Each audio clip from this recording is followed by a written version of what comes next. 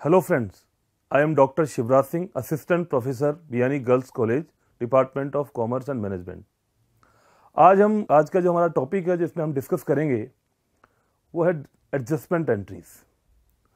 जब हम लोग फाइनल अकाउंट्स प्रिपेयर करते हैं तो फाइनल अकाउंट्स जो होते हैं वो eight the end of the accounting year prepare होते हैं और जिनका इंटेंशन होता है ट्रू और फेयर पिक्चर।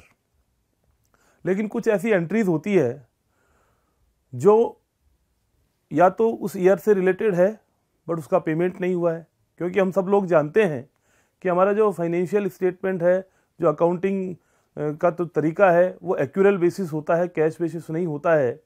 तो इन्हीं एडजस्टमेंट एंट्रीज में से कुछ आउटस्टैंडिंग एक्सपेंसेस एंट्रीज के बारे में आज हम लोग डिस्कस करेंगे कि आउटस्टैंडिंग एक्सपेंसेस क्या होता है, उसके लिए कौन सी एडजस्टमेंट एंट्री हमको पास करनी होती है और फाइनल अकाउंट्स पे उसका क्या इम्पैक्ट पड़ता है, कैसे उसको हम लोग फाइनल अकाउंट में प्रेजेंटेशन करते हैं। क्योंकि हमारा जो इंटेंशन है फाइनेंशियल स्टेटमेंट का वो नेट प्रॉफिट और नेट लॉस कैलकुलेट होता है, ट्रू और फेयर पिक्चर वो शो करता है। तो जिस ईयर से एक्सपेंसेस रिलेटेड हो उसी ईयर पर उस एक्सपेंसेस का इम्पैक्ट होना चाहिए, जिस ईयर से जो इनकम रिलेटेड हो उस इनकम का उसी ईयर से, उसी अकाउंटिंग ईयर से उसका रिलेशन होना चाहिए। तो जो आउटस्टैंडिंग एक्सपेंसेस है उसके ऊपर हम डिस्कस करेंगे।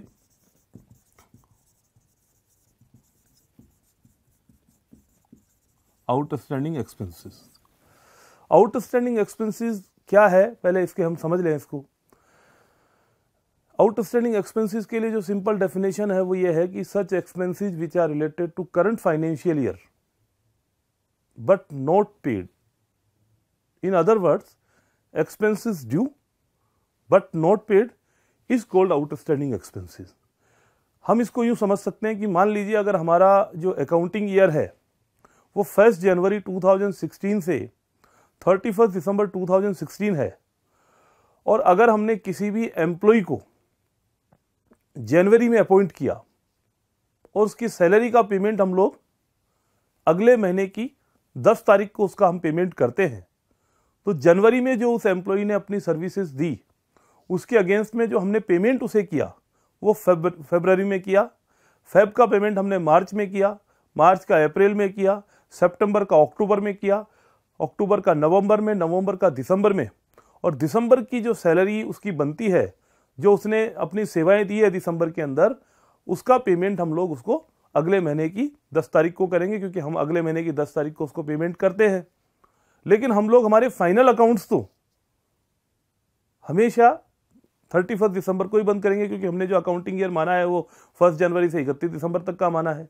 तो इस तरीके से अगर हम ये देखें कि अगर उसका 2000 रुपये महीना अगर उसकी सैलरी है और उसने अपनी सर्विसेज तो दी है 12 महीने के लिए, लेकिन उसका पेमेंट हमने कितने महीने के लिए किया है, 11 मंथ के लिए किया है।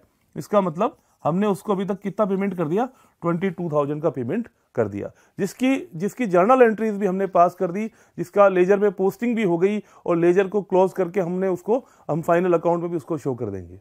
लेकिन ये हमारे फाइनल अकाउंट की ट्रू और फेयर पिक्चर शो नहीं करता, क्योंकि जो उसका एक्सपेंसेस है वो ड्यू हो चुका, पेमेंट नहीं हुआ। तो इस तरीके के जो एक्सपेंसेस है वो सब आउटस्टैंडिंग एक्सपेंसेस है। इसलिए कहा जाता है कि expenses due, it means expenses related to current financial year but not paid at the end of the financial year.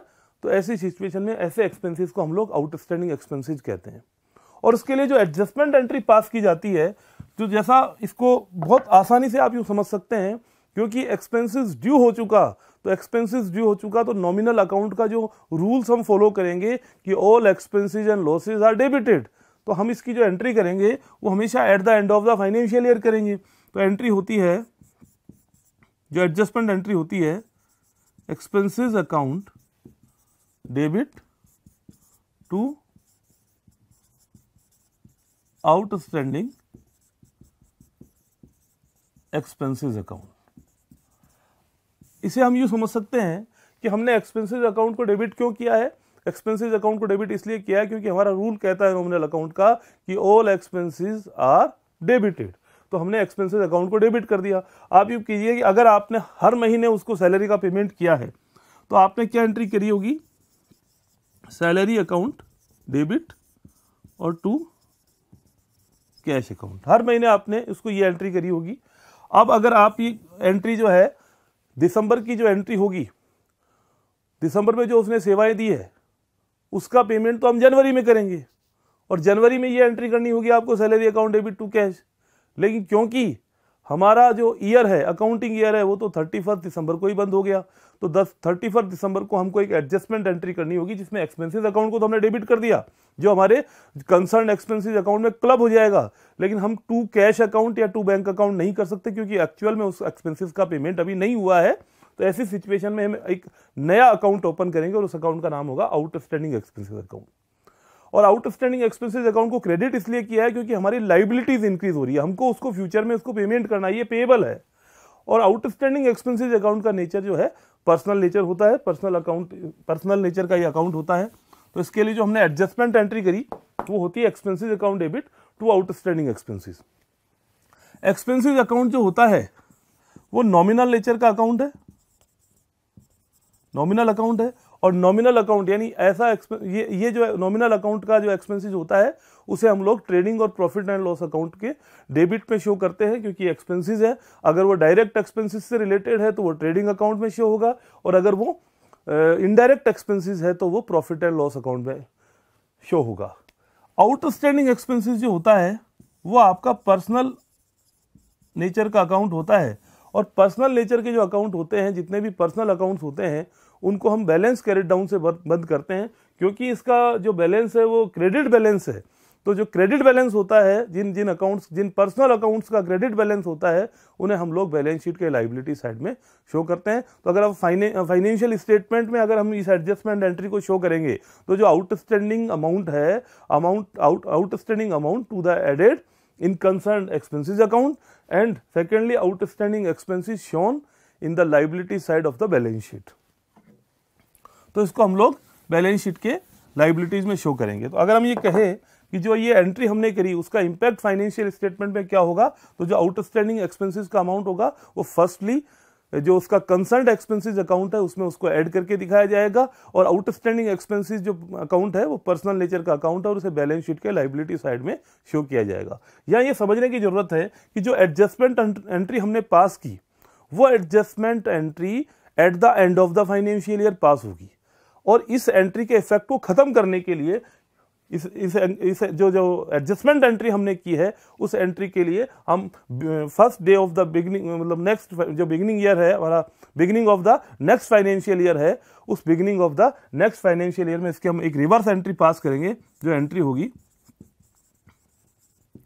Outstanding expenses account debit to expenses account. और ये रिवर्स एंट्री इसलिए पास की जाती है जिससे कि इस जो नेक्स्ट ईयर में हम जो पेमेंट करेंगे उस पेमेंट का इफेक्ट नेक्स्ट ईयर के फाइनल अकाउंट्स पर नहीं हो, इसलिए हम लोग इस एडजस्टमेंट एंट्री की एक रिवर्स एंट्री करते हैं जो अगले साल की पहली तारीख को यानी फर्स्ट डे को की जाती है। हम इस आउटस्टैंडिंग एक्सपेंसेस वाले टॉपिक को एक एग्जाम्पल से समझ सकते हैं कि मान लीजिए हम एक 2016 ईयर की कुछ इंफॉर्मेशंस ले लेते हैं कि जो ट्रायल बैलेंस है उसमें ट्रायल बैलेंस में जो सैलरी अकाउंट है वो शो कर रखा है 22,000 रुपीज़, ये है 11 मंथ से रिलेटेड। और ये कहा गया कि जो एक महीने का जो सैलरी है वो सैलरी का पेमेंट ड्यू है बट पेमेंट उसका नहीं हुआ है।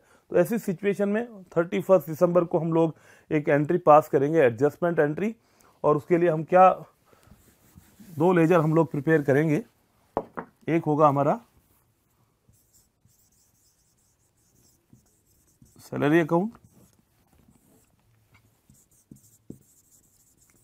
टू बैलेंस एज पर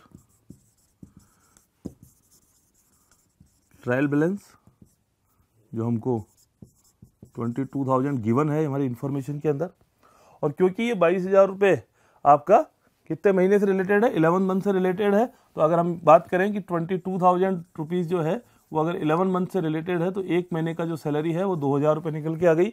ये ड्यू है लेकिन उसका पेमेंट नहीं हुआ, उसके लिए एक एडजस्टमेंट एंट्री करेंगे, salary account debit to outstanding salary account.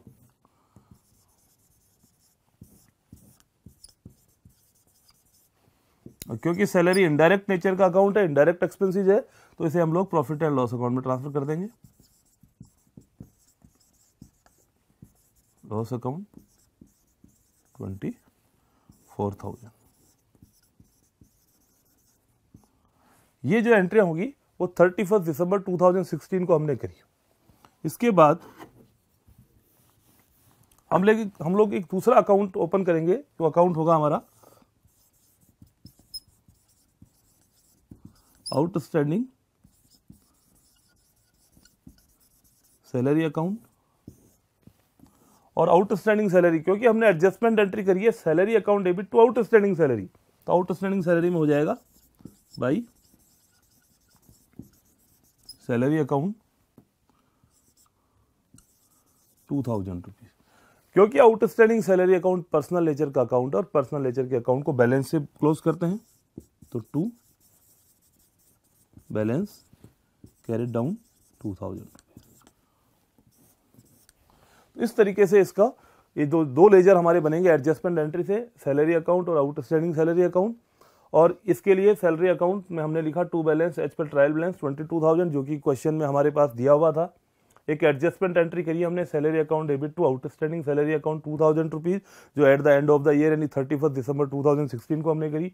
Total हो गया 24,000, और ये 24,000 को हमने प्रॉफिट एंड लॉस अकाउंट से बंद कर दिया, क्योंकि सैलरी अकाउंट जो है वो नॉमिनल नेचर का अकाउंट है, और नॉमिनल नेचर के अकाउंट में जो इनडायरेक्ट एक्सपेंसेस और लॉसेज होते हैं उन्हें हम लोग प्रॉफिट एंड लॉस अकाउंट में, यानी ऐसे लेजर को हम लोग प्रॉफिट एंड लॉस अकाउंट से बंद करते हैं, या हम ये कह सकते हैं कि इन बैलेंसेस को हम प्रॉफिट एंड लॉस अकाउंट में ट्रांसफर करते हैं।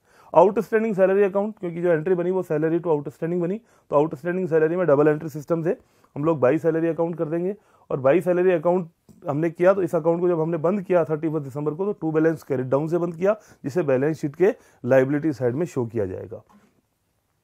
इसे फाइनेंशियल स्टेटमेंट में कैसे शो किया जाएगा वो देख लेते हैं। एक प्रॉफिट एंड लॉस अकाउंट हम लोग बनाते हैं eight the end of the year, तो वहां हमने लिखा था 2 प्रॉफिट एंड लॉस अकाउंट, तो यहां लिखेंगे 2 सैलरी अकाउंट। और 2 सैलरी जो आपका है वो कितना हो जाएगा, आपके सैलरी में चला जाएगा 24,000। इसे इस तरीके से भी प्रेजेंट कर सकते हैं, और इसको दूसरे तरीके से कई जो ऑथर है इस तरीके से भी इसको प्रेजेंट करते हैं, जो भी कोई गलत नहीं माना जाता। 2 सैलरी 22,000 प्लस आउटस्टैंडिंग सैलरी 2,000 24,000। तो आप इसको 2 सैलरी 24,000 भी शो कर सकते हैं, और इस जो आपका आउटस्टैंडिंग का अमाउंट है उसे कंसर्न एक्सपेंसेस जो सैलरी है उसमें हमने ऐड करके दिखा दिया 24,000। बैलेंस शीट में ये जो आउटस्टैंडिंग का अमाउंट है वो लायबिलिटी साइड में शो होता है, जैसा कि हमने पहले लेजर बनाकर भी इसको देख लिया है। बैलेंस शीट में इसे लायबिलिटी साइड में शो किया जाता है आउटस्टैंडिंग सैलरी 2,000।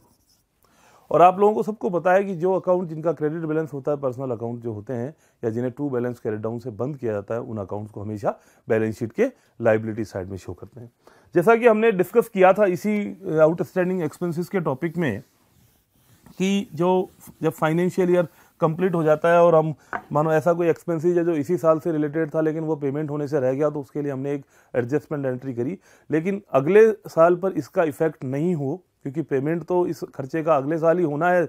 10 तारीख जैसे हमने मानी कि हर महीने की 10 तारीख को उसको पेमेंट होता था अगले महीने की, तो मान लीजिए अगर दिसंबर में उसने काम किया तो उसका पेमेंट तो जनवरी में होगा, तो जनवरी में होगा तो वो तो अगला फाइनेंशियल ईयर है, तो वहाँ इम्पैक्ट नहीं हो, अगले फाइनेंशियल ईयर के प्रॉफिट एंड लॉस अकाउंट पे कोई भी उसका फर्क नहीं पड़े, तो उसके लिए हम रिवर्स एंट्री मेड करते हैं। और रिवर्स एंट्री जो होती है वो एडजस्टमेंट एंट्री की ठीक उल्टी होती है। तो मान लीजिए हमने जो आउटस्टैंडिंग सैलरी अकाउंट जो अभी बनाया था वो अगले साल की 1 तारीख को क्या हो जाएगा, उसकी ओपनिंग एंट्री होगी, और ये हो जाएगा open by balance brought down से 2,000 रुपीज़। अब अगर हमें इस अकाउंट को बंद करना है तो उसके लिए हमको रिवर्स एंट्री करनी होगी। और आप देख सकते हैं कि क्योंकि इसका अभी क्रेडिट बैलेंस है, इसे अगर मुझे बंद करना तो यहाँ लिखना होगा मुझे 2 सैलरी अकाउंट 2,000 रुपीज़, ये अकाउंट हो जाएगा बंद। और अगले साल जो हम लोग सैलरी अकाउंट ओपन करेंगे नेक्स्ट फाइनेंशियल ईयर में 2017 में, तो वहाँ मुझे लिखना पड़ेगा यहाँ पर by outstanding salary account 2000 rupees जो हम पेमेंट करेंगे दिसंबर का पेमेंट जनवरी में, वो 2000 का पेमेंट करेंगे। और इस तरीके से ये दोनों, इसका जो इफेक्ट है वो यहीं ख़त्म हो जाएगा रिवर्स एंट्री से। तो ये हमारा आउटस्टैंडिंग एक्सपेंसेस का रिलेटेड टॉपिक का कंसेप्ट था। और आप जो सबसे इम्पॉर्टेंट टॉपिक है, जब भी एडजस्टमेंट एंट्रीज हमको करनी होती है तो आउटस्टैंडिंग एक्सपेंसेस से रिलेटेड फाइनल अकाउंट्स में काफ़ी क्वेश्चंस पूछे जाते हैं। तो आप बाकी क्वेश्चंस भी इसी बेसिस के ऊपर कर सकते हैं। Thanks for watching this video. Please subscribe our channel on YouTube. Thank you.